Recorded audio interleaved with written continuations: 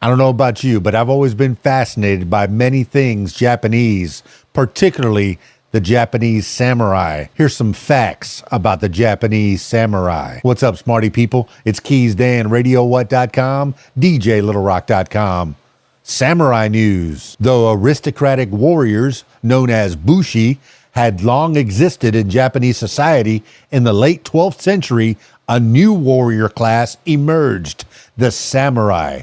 The word samurai itself can be translated as one who serves, and these warriors served their masters, the feudal landholders, or daimyo, who ruled much of Japan with discipline and loyalty.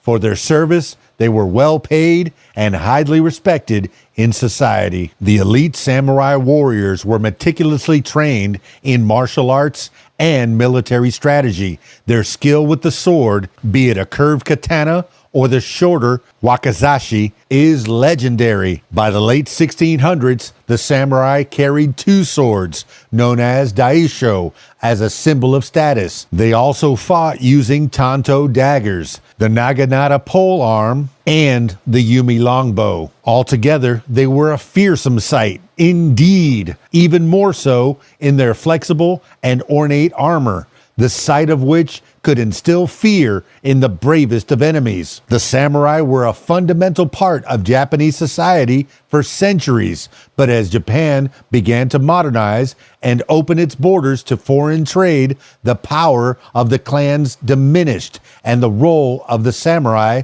began to wane, especially with the rise of gunpowder weapons. Feudalism was officially abolished in 1871, and 5 years later, the wearing of swords was outlawed for everyone except members of the National Armed Forces. The age of the samurai was over. The legacy of the samurai, however, remains culturally significant throughout Japan and has also achieved iconic status in the West, not only in martial arts, but also more broadly in popular culture, seen in movies, literature, video games, and more. Here are 5 little-known facts about the fearsome samurai, from their somewhat terrifying social privileges to their first and only colony in the United States. Samurai had the right to kill citizens for being disrespectful.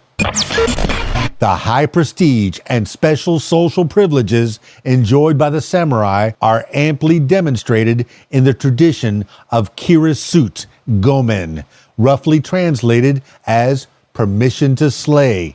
This gave a samurai the right to strike anyone of a lower class with their sword if they slandered the samurai's honor. If, for example, a farmer or artisan refused to bow, the samurai could rightfully kill the offender on the spot.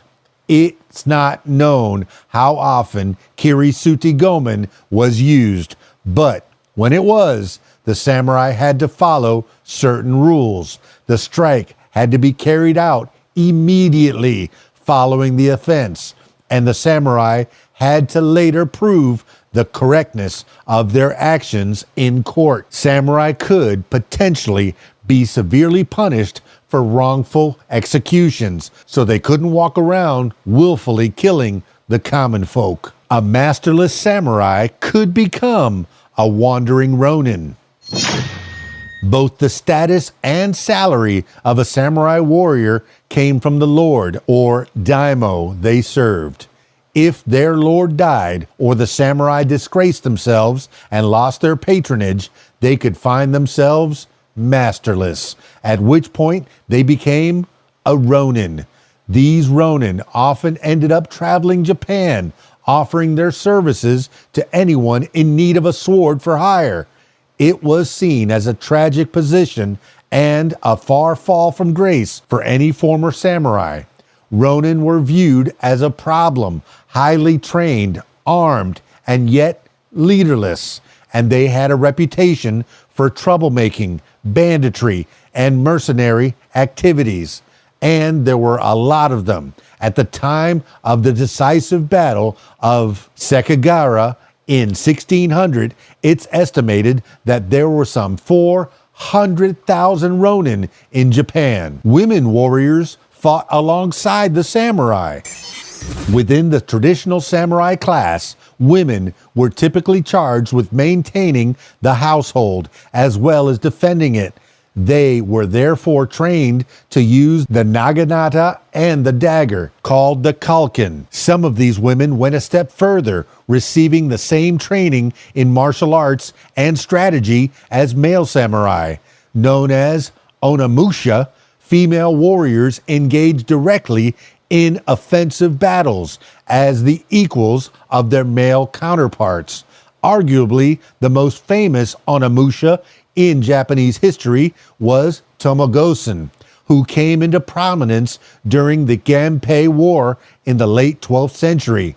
Renowned for her bravery, horsemanship, and exceptional skill with a bow and arrow, she famously led 300 samurai against a force of 6,000 enemy fighters, and according to legend, emerged victorious as one of only 5 survivors. There were samurai from Africa, China, and Europe. The samurai were almost exclusively Japanese, but a handful of foreigners were accepted into their ranks.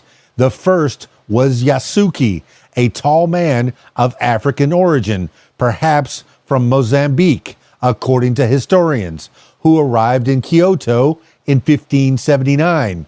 He caused a sensation, initially due to his race and height. He was a foot taller than the average Japanese man. Under the rule of Oda Nobunaga, a powerful feudal lord, Yasuke was trained in martial arts and eventually became a fully fledged samurai warrior. After Yasuke came 4 samurai from Joseon, now South Korea, 1 from China, and 4 from Europe.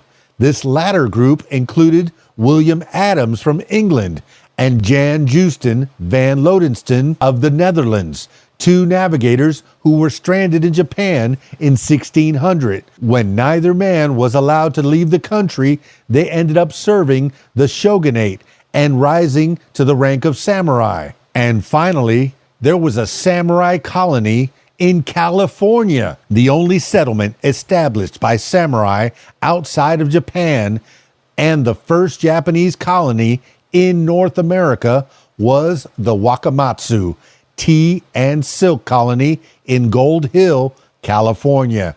Established on June 8th, 1869, the settlement was comprised of 22 people from samurai families. They even brought their swords with them, including farmers and carpenters who had fled the Boshin War, a civil war that was a precursor to the Satsuma Rebellion of 1877 that effectively ended the samurai class.